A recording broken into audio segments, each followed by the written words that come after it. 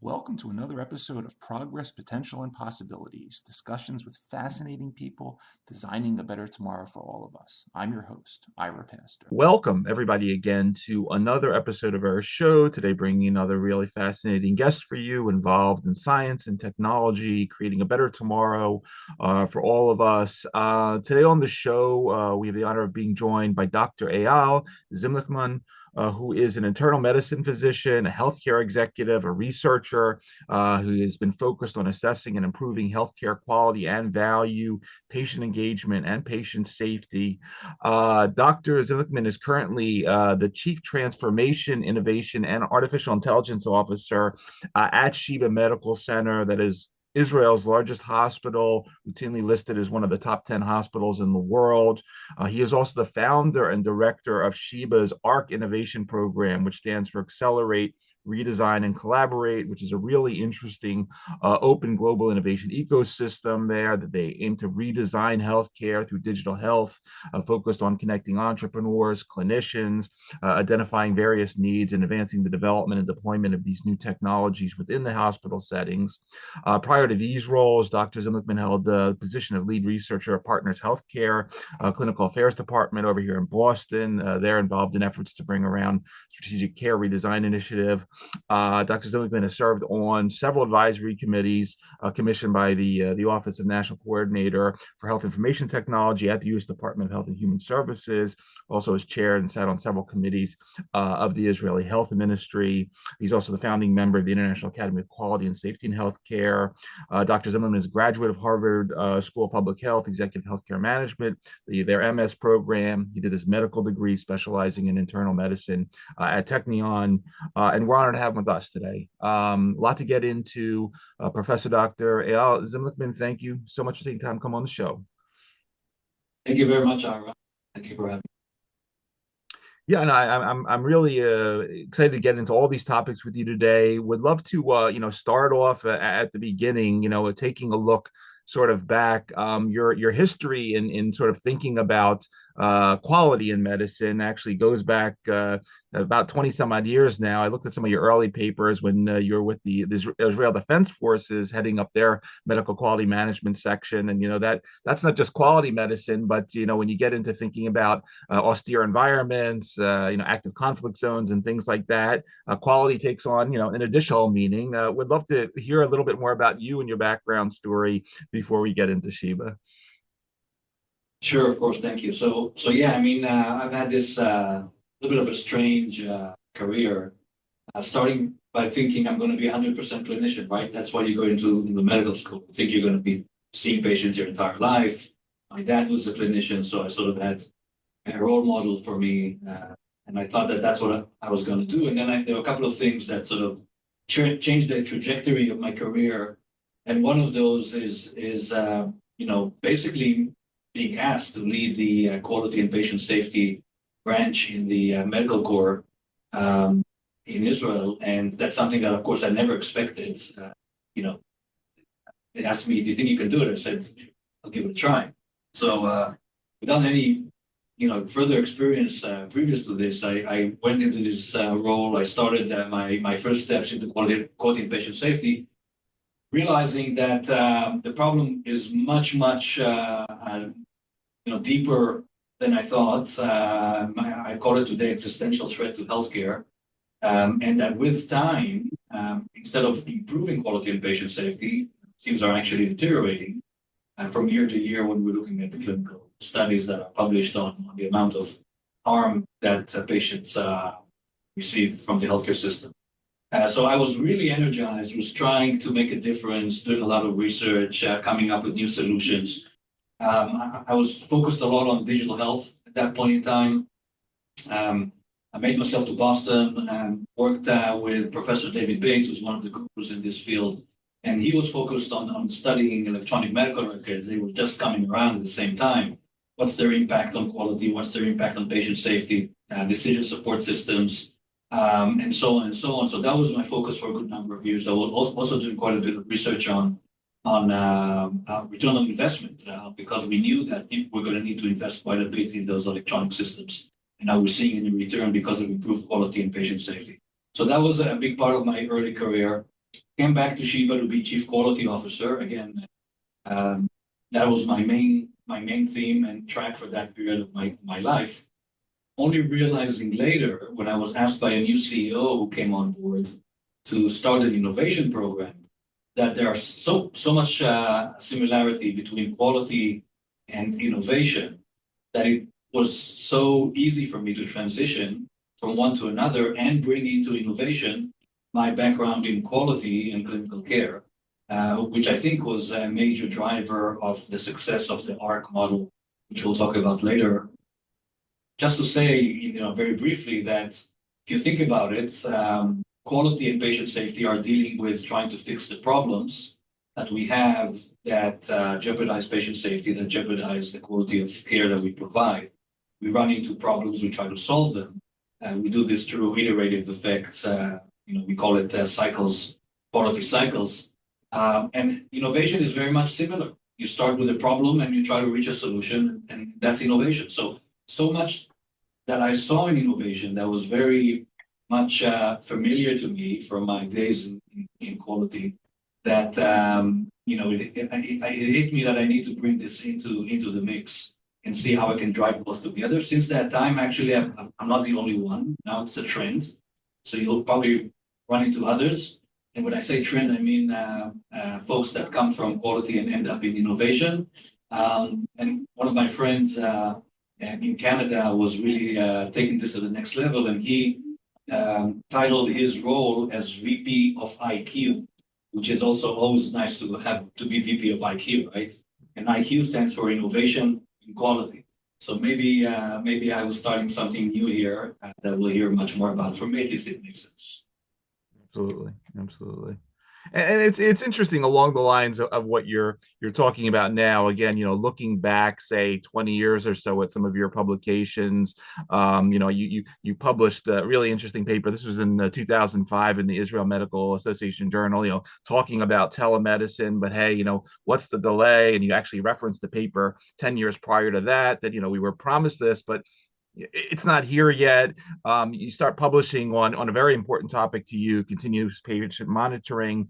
And then, come 2013, in the Journal of General Internal Medicine, this is July, a very important paper, The Coming Golden Age of Disruptive Innovation in Healthcare. And you talk about, most innovation to date has been sort of this accretive model that, hey, we add these new technologies and services, they give us revenue, but we haven't really thought that much about sort of adding the innovative part for patients. And I'd love to just, if you could just talk a little bit about sort of the wave in this period of time, because clearly things have taken off significantly, and we'll go there with Sheba. But talk a little bit about some of the sort of the trials and tribulations along the way, because it seems that we've finally gotten to an important inflection point. But take us back to some of those times, if you would. Yeah, first of all, I'm impressed that you read my paper. So kudos for that.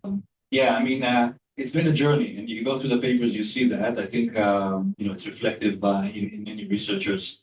For sure, if you're referring to telemedicine, we've known it's going to have a critical impact on healthcare. When I was in the medical corps, we did probably one of the first attempts in the world to do teledermatology. This was when digital photography just came out. We said, wow, this is amazing. We can take a photo of a skin lesion, attach it to an email. That's how we did it back then. Send it to a dermatologist. He will be looking at the picture on the other side of the world and could tell you what the problem was. So it seemed amazing. And that's what we started at the time. only to realize many years later that as you know, telemedicine has been very, very slow to be adopted. It took us a pandemic to actually get numbers really, really, really to increase. And unfortunately, once the pandemic receded, which is good, of course, we've seen numbers drop back to almost where they were pre-pandemic. So we are still not there. And if I asked that question in 2005, I probably could publish a similar paper today and ask that question again. Although we know what we need to do and how to solve the many barriers that exist. And the other thing that you mentioned in terms of creative versus disruptive innovation, we know healthcare was never really fond of disruptive innovation. There weren't a lot of examples of disruptive innovations in healthcare. When I say disruptive innovation, I mean creating a solution that Blake Christensen actually, right? That's his definition. A solution that doesn't provide better outcomes, but could be the same outcomes, or could be even lower outcomes, but at a much lower cost. So the value has improved. And healthcare was never looking at those solutions for many reasons, because how healthcare is built, we don't really care about the cost, right? It's sort of, we sort of turf that to the other one in line to pay for it. So we don't really care about the cost. Yeah, let's do an MRI. Let's not ask too many questions. If you think about it, just do it. In the US specifically, obviously, and then of course that goes to the provider, to the payers. Payers, increase their premiums and so on and so on. So we end up as patients paying for all of that. So that idea of how would policy impact, the need for innovation, the access to innovation, the how successful will disruptive innovation be in the marketplace. That was something critical that I still see as the role of policy as a critical need. We talk quite a bit about this with our Future of Health leadership think tank, where we have a lot of policymakers there trying to work with us to try and establish a system that works. So all of these challenges across my career, I have to say, we haven't really solved 90% of them. They're still on the table. Quality and patient safety, workforce crisis, everything that financial sustainability, all of that is still a major, major issue that no country, no health system was really able to solve. But we know today what we need to do to solve those. Based on the experience, much of it in my career, as you were referencing, that brought us to where ARC is today, and why ARC now is seen around the world as the major transformation vehicle to be able to solve a lot of these problems. And before we get into ARC, just one more thing, because I introduced Sheba as the largest hospital in Israel, but it's much more than a hospital. I mean, you employ thousands of physicians, nurses, other affiliated healthcare workers. You have 120 different departments and clinics. You have medical tourism going on. You have clinical research. You have a lot of distributed initiatives outside of Israel. Introduce our audience, if you would, to what Sheba is all about, and then we'll transition into what you're doing at ARC. Sure. So, I have to say, first of all, Sheba is a very large medical center by any global standards. Typically measure size by beds. We're 2,000 beds. We're a huge campus. If you come to visit, you easily get lost. We have 25,000 cars coming every day on average, and 40,000 people walk through the gates. It's a huge, huge operation. It's not a typical hospital in any place in the world that I've seen. Maybe some of the giant ones in China. It's very, very central in Israel. It's seen as the national hospital, the national health center of Israel.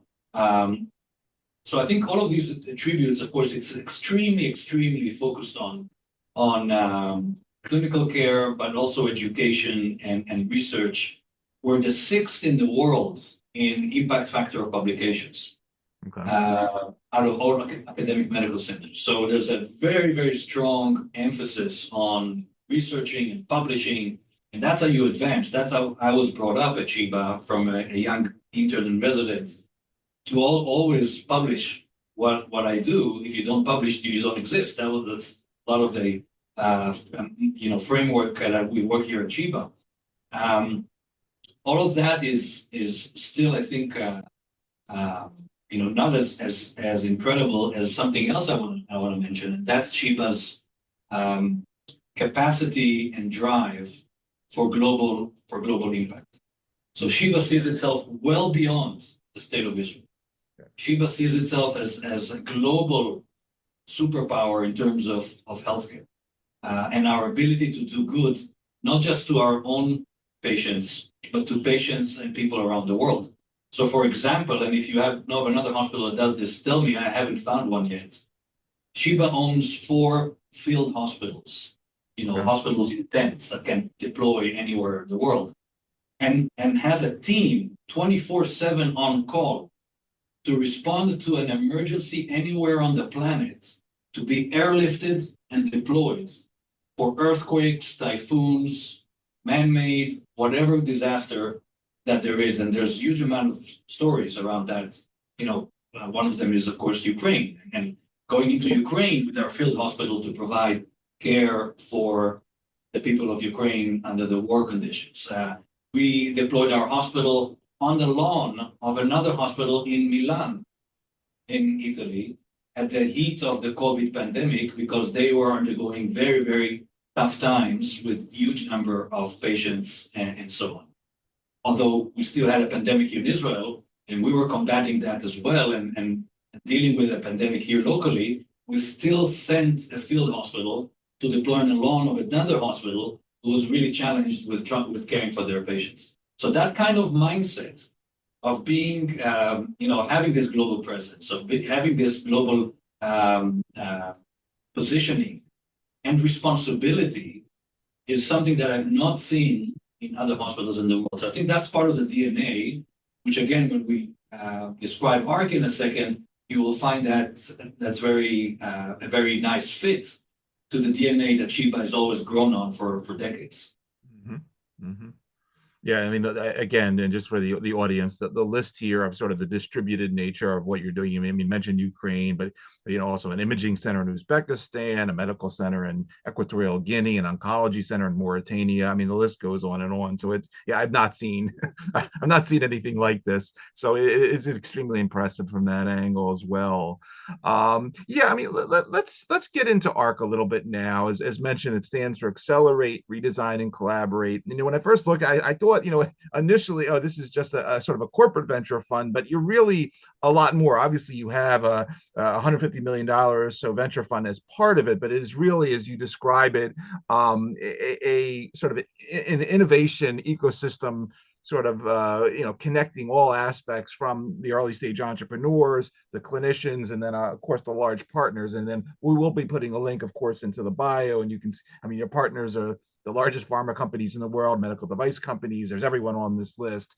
Take a little time to introduce when it was set up, because usually these innovation initiatives, and this is a sizable one in the amount of deals that you've done along the way.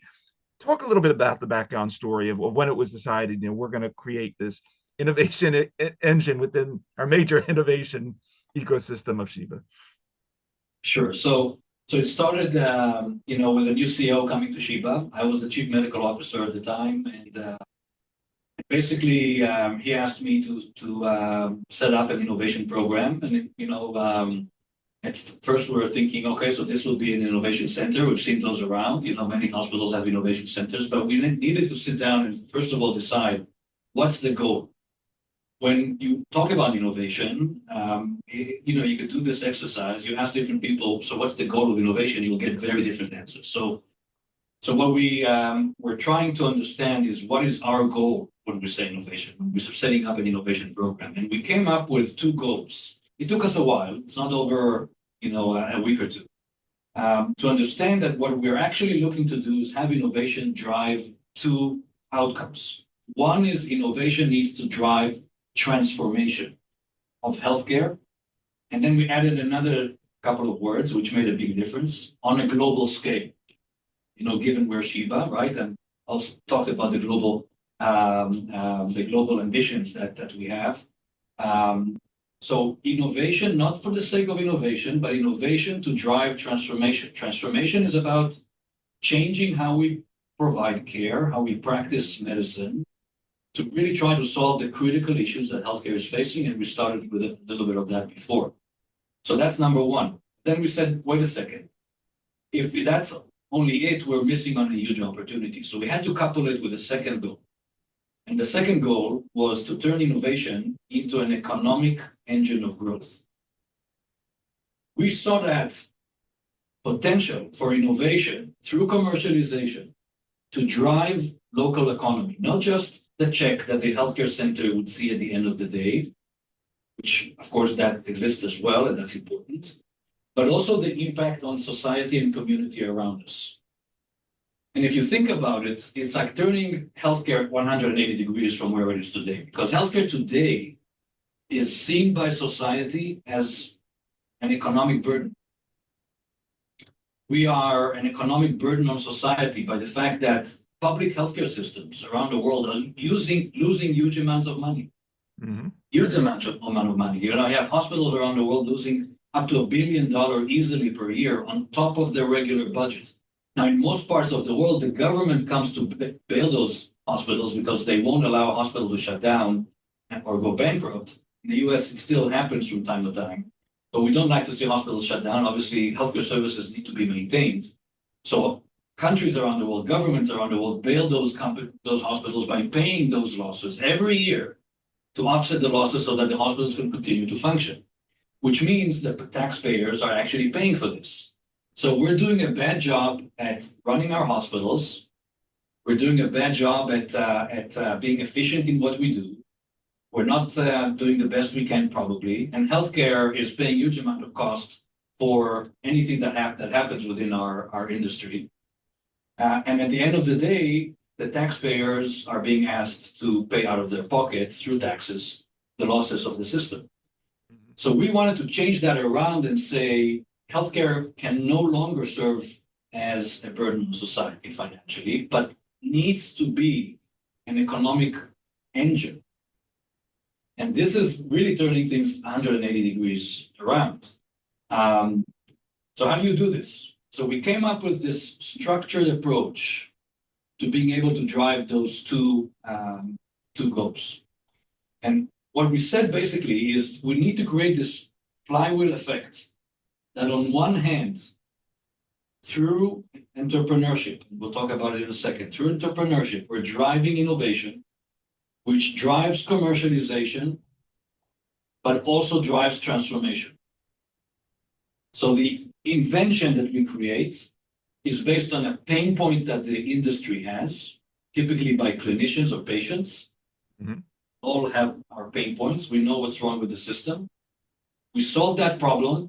Through implementing it, we transform the system, but we also spin it out as a company to drive economic growth. When companies spin out, and talk about numbers in a second, when companies spin out, that creates jobs, obviously. That brings in foreign investment. That brings in foreign large industry. You mentioned some, we're playing with the largest players in the market. They set up R&D shops in your region, in your area. They see the amount of innovation that is created. That attracts them as magnets. All of that then translates to more taxes being collected. Those taxes being collected are then reinvested in welfare and education and so on through governments. So what we're seeing is healthcare turning itself from an economic burden to an economic engine of growth, and in the way we're able to transform the system. This is how we built ARC with that in mind, that vision in mind. And we were able to show in a fairly short amount of time, we launched ARC officially in 2019. We worked for about 3 years to set it up. We signed the partnerships, we brought in all of our collaborators from around the world, the industry, the other leading hospitals, and so on and so on. We started signing up startup companies. We launched late 2019. And in the time frame between 2019 to the end of 2024, when we calculated the numbers, we were able to drive from 3 companies we spun out a year before ARC to 20 companies we're spinning out a year in 2024 and a similar number in 2025. This has not been done anywhere in the world. The leading academic medical centers and universities around the world, if they get to 5 or 6 companies a year, it's a great year. 20 companies a year was never done. These companies, over these couple of years, have created 3,500 jobs to the local market. They're evaluated at $5.8 billion. That's the growth of valuation that we created over a 5-year period. The numbers are higher today because this is true for end of 2024. So this is the economic impact that a hospital is able to create. And note please, the jobs are not nurses and doctors, right? Which typically are jobs that hospitals create. These are high-tech people, these are business people, software engineers, and so on and so on. They drive the economy in a very different level than what typically hospitals are able to do. So these are some numbers of the economic achievements that we were able to create in a very short while. And of course, that created a lot of interest around the world. And the model has been expanding globally over the last couple of years. Mm-hmm. Yeah, it's an amazing portfolio, and again, we'll put the link to it. But there's over, as you mentioned, there's over 100 startups in here, a $5.8 billion valuation. Usually, I pick out certain ones, but I'll let you sort of point at the ones that you want to highlight. But again, divided into sort of the biotech, digital health, medical devices, and I thought we could sort of connect some of this to some of your work, and then sort of just because the connections here are quite intriguing. And I think I'll start off with an interesting one, just because it's a very hot topic for us on the show, and that's sort of this whole area of healthy aging. I know Sheba has recently set up the Sheba Longevity Center. You've published the last couple of years on various topics in terms of age tech and aging at home, interesting artificial intelligence assessments for biologic age. Can you give some examples? I mean, from sort of this theme, you got the Sheba Center, and you got plenty of AI, med tech, age tech related stuff in the portfolio. Can you give a couple of examples? Because this is very hot in terms of our audience, and we'd just love to hear, expand upon it. Yeah, maybe I'll start with a little bit of a different example because I think it tells the story of ARC as well. And I'm happy to jump back to the healthy aging in a second. A company called AI Doc. You might have heard about it. It's Sure. It's considered today I think by far #1 AI company in radiology around the world. Our first company coming out of ARC 2017. In many ways, our poster child. And the company has implemented AI in radiology to read CT scans. But, basically, the engineers that came and developed this said, listen, we could pretty much diagnose anything you guys would ask us on a CT scan, but we want to do something that would make a big difference. So together, we decided to focus on life-threatening conditions in the emergency department setting. So imagine you're coming to the emergency department, you might have a headache, somebody's doing a CT scan, and that CT scan, can be lying there for about an hour or two before the radiologist will actually get to read it, because there's a whole lot of other things going on. Typically one radiologist in the ED. So if that's stroke, if that's, for example, a bleed in the brain, then waiting 2 hours until it's diagnosed could be a major risk for that patient. So we said the AI will be able to read it in milliseconds, right? And the only thing it would do, so that it's not threatening to the radiologist, would be to just prioritize which ones the radiologist needs to see first. So if the AI thinks, yes, there's a life-threatening situation here, I want to top it up to the top of the list and make sure the radiologist gets to it as soon as possible, right? So that's what we did. Very, very minor change to the workflow of the radiologist. He had his to-do list. He was going one by one by the order they're set up, but the AI was setting the order and triaging in many ways which he needs to see first. So very minor. We then studied the impact, the clinical impact of this kind of technology. We found that for patients with hemorrhagic stroke, with a bleed in the brain, this technology has led to a reduction of 30% in mortality. 30% in mortality. This translates at Sheba with our numbers to about close to 100 patients saved a year. Mm. So that's one angle. Mm. Once the evidence came out, and of course the technology is really amazing, it's built seamlessly into the system, so it's very easy to integrate and so on. This technology is now implemented in 1,600 hospitals around the world, about 1,000 in the US and 600 outside of the US. Multiply the 30% reduction in mortality times 1,600 hospitals, and you understand that this is saving thousands and thousands of patients every year. Thousands and thousands of patients. On top of that, not surprisingly, the company is doing fairly good financially. They're a unicorn company, considered again one of the best ones currently. So you see how the two work together. We're transforming the system by introducing AI technology. We're improving patient care. We're reducing mortality, which is obviously, the ultimate outcome. But we're also creating this drive for the economy. The company is growing, creating more jobs in the industry, bringing in more investments from outside of the country and so on. And that company would at some point continue to grow, hopefully, and I wish for them to grow as much as they could. So you understand how the two things come together. And this is just one example, and the clinical impact around the world for us at Sheba is phenomenal and exactly what we're trying to achieve to create this global impact. So this is one example. We have others, of course. We look at ADOC as a great example because it has a very strong demonstrated value on both the commercial as well as the clinical aspects. Sure.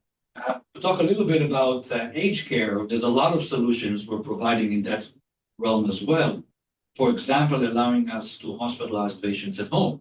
We are focusing very much, and through our Future of Health Leadership think tank, which sets the vision for ARC, sort of sets our North Star on where ARC needs to be active and build solutions and implement them. We've put a big emphasis on the home environment since 2018. The first FOH get-together was 2018. We spoke a lot about transition from hospital to home. That's been a big focus of ARC since that time. We're now able, through a lot of technology that we integrated into the home environment, to hospitalize more and more acute patients in the home environment that otherwise you would not be able to hospitalize, and they would find themselves in traditional hospitals with the traditionally poor quality and patient safety we see, unfortunately, in many hospitals. We have published work about a year ago in a very good journal, PLOS ONE, that has shown for the first time ever that comparing patients who were hospitalized in our hospital at home model compared to patients that were hospitalized at the hospital, of course, matching patients on both groups, has led to a considerable reduction in mortality for patients at home. And it's the first study in the world that has shown lower mortality compared to traditional hospitalization. And these are elderly patients. We know what they're struggling with. Still, we got to get on this very highly acute population, complicated population, chronic disease, and so on, lower mortality on patients at home. The way we do this is through utilizing a lot of technology. It's not about the doctor and the nurse that come to the home, the doctor with this little brown bag going around from home to home, which has been done for centuries. This is about the technology we implement, that there would be 6 or 7 different startup companies, each providing a point solution that we build into a platform that can get to a point where we reduce mortality in those patients at home. We've done this with elderly patients in internal medicine setting, and we've done this also, for example, with high-risk pregnancy women who today would spend weeks and months in the hospital because we're afraid to discharge them home as they might go into labor early and we wouldn't be able to react fast enough. But with the right technology, we're able to have those women stay at home for most of the time and prevent them weeks and weeks of hospitalization within the 4 walls of the hospital. So these are some examples, and again, there are many others to refer to. Yeah. Yeah, connected to this, and I just think it's sort of apropos of your past work per continuous patient monitoring. But again, you wrote this interesting paper in 2023 on sort of telepsychiatry, and this one was a technologically assisted intensive home treatment, talking about sort of feasibility of this sort of area of the telemedicine domain. I noticed he had some other investments in. There was a cool company called Wisdo Health, which is sort of talking about this whole area of social isolation and loneliness, and was wondering if you could just say a couple words about that, because this again is another kind of hot topic. It's connected to sort of the whole aging domain as well, and again, interested that you've both worked in it, but you're also investing in it. So if you could say a couple words about telepsychiatry, I think it's kind of cool. Yeah, so psychiatry, mental health, at large is a clear need, as we know. We're seeing much more need for mental health support around the world, not just in Israel during these tough times, or other parts of the world. It's in the some of the neighborhoods in the major cities in the U.S. where you see huge amount of PTSD, because of crime and other factors. Right. So it is a huge problem everywhere, and we know we lack the human support possible. The access to care in mental health is very poor around the world, and in many countries around the world, including the U.S.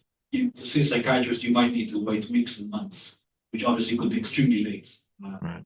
We also know that dealing with the most acute patients in the hospital is a big challenge. And you go to the psychiatry ward, it looks today, in many ways, the same as it looked like 40, 50 years ago, maybe even more than that. Unfortunately, it's not the best place that we're very proud of, typically in the hospital, in the first place, we take visitors to see. So we have put a lot of effort on mental health. And one of those programs, as we said, is we're focusing on hospital and home programs, is to see how we can transition patients, psychiatric patients, to the home environment to have their hospitalization be done. So typically what happens now at Sheba is you have a patient coming in maybe through the ED with an acute psychotic attack. We evaluate those patients for the first 24 hours to see exactly what's their risk to themselves or risk to the environment. And if the risk is not that high, we would discharge them home and continue the full hospitalization at home, utilizing technology to communicate with them, to monitor them, to make sure if there's any change in their situation, to perform physical examination if needed from afar. And we found that this not only reduces cost considerably, but was found to be extremely more patient-centric by patients, as I think we can all understand why, than traditional hospitalizations. And we've taken a big risk also with payers. Right. This is something that gets a lot of interest, because we said basically to our payers, listen, if the patient bounces back, don't pay us for the rehospitalization. We'll take responsibility for that. At first, we offered them a bundle for a month. They said, well, it doesn't work for us. We then said, okay, let's bundle for 3 months. They said, it still doesn't work for us. So we ended up bundling for 6 months. So we are not being paid for any follow-up services for the full 6 months following the original hospitalization. We take the risk on us because we are pretty convinced that through these methodologies we've implemented, our patients are doing much better and the chance of rehospitalization becomes much lower. On the first year, we had this financial contract with the payers. We lost money. The second year, we broke even. On the third year, we actually made a profit, which signifies how we were able to really utilize this technology to keep those patients to stay outside of the hospital as much as possible. Mm-hmm. No, it's another really fascinating example.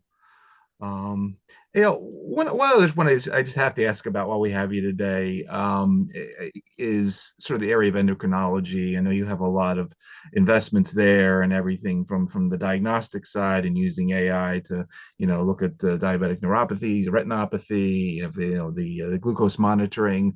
But one of again, coming back to your work, one of the really interesting ones that stood out to me was a paper you published last year in February using virtual reality to sort of teach children children with type 1 diabetes, how to manage the disease and ultimately, get rid of the anxiety, the pain, enhance adherence, which is, a multi-billion-dollar, $100 billion problem when we don't, follow our medication protocols correctly. I always thought sort of virtual reality is one of those really cool things. I mean, it's sort of here, but whether it's the futuristic sci-fi virtual reality yet, I'm not sure. But where are we with regard to virtual reality? I mean, this is a cool, clinical work you did here with the kids. Any interesting sort of insight there with regard to this area? And then, are you investing more? Or do you see yourself investing more in the augmented virtual reality domain? Great question. When we started ARC, this was one of our major focus points. I have to say we have stepped away from it a little bit. Okay. And some of it, as you see around the world, I mean, there's a big question about virtual reality, augmented reality, the big players, the Meta, right, Apple and so on, are sort of taking a step forward, a step back with the technology for a while now. I do think there's a lot of utilization in healthcare, and where we're trying to focus ourselves right now is with two areas. One is training, and as part of what we did, we have, Sheba was a leader for many years in medical simulation. We're taking that to the virtual realm, and we actually, our simulation center, in collaboration with ARC, now has a team of developers in VR who are setting up these tailor-made environments to be trained. Yeah, for example, we're training OR nurses on how to work in the OR, but instead of doing this in the actual ORs they do it with VR glasses. They're completely immersed in the OR, and they can play out several scenarios. And we can tailor-make it to different hospitals very easily with our designers who could patch things up and make it very much similar to an OR in a different hospital, because they are working a little bit differently. So that makes it very easy to tailor-make it between different institutions. Where I think we have a lot of opportunity, and this is where we're focused, is in surgery with augmented reality. I firmly believe that 5 to 10 years from now, every surgery or every procedure being done will be done with the aid of augmented reality. Because we're going to need as much help as we can. Whether we're doing open surgery or closed surgery, we need a lot of information in our viewpoints. We need decision support as we work on patients in terms of navigation, in terms of our actions. Are we cutting in the right place or not? Augmented reality is going to augment surgeons. So in a couple of examples we've already worked with, both in terms of planning ahead of surgery, but also within the surgery itself, we have shown that we were able to reduce the time of operation by up to 40%, as well as reduce the amount of blood that the patient has lost during the procedure. And I'm sure that we also will be able to show with time also reduction in other complications of surgery. But imagine if through augmented reality, we were able to improve outcomes of surgery and reduce the time of surgery by 40%. By that, we were able to drive more patients through the OR, so the throughput would increase. And by that, we would improve accessibility to patients who today need to wait sometimes weeks and months for a procedure. But now we could reduce that by maybe 40%, the accessibility to procedures. So it really ticks all the right boxes. It will also reduce cost, improve quality, and improve the throughput through our ORs. This is where I see is a big opportunity for augmented reality moving forward, and we're doing quite a bit. We have our surgical innovation lab at ARC, and a big part of what they do is utilizing augmented reality, again, pre-planning before the surgery to make sure we make the right decisions, and during the surgery itself, mostly at this point for navigation, but I think over the next couple of years, we're going to see more and more decision support, real-time decision support being introduced on top of AR technology. No, it's extremely impressive. I mean, it's clearly, as your mission states, you're clearly with each of these cases and investments redesigning every aspect of healthcare. So I mean, it's extremely impressive.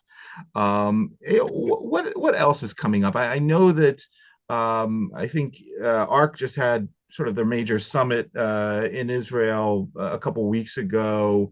I see that you're going to be at some come 2026 hospital C-suite summit, charting the future of healthcare 2030.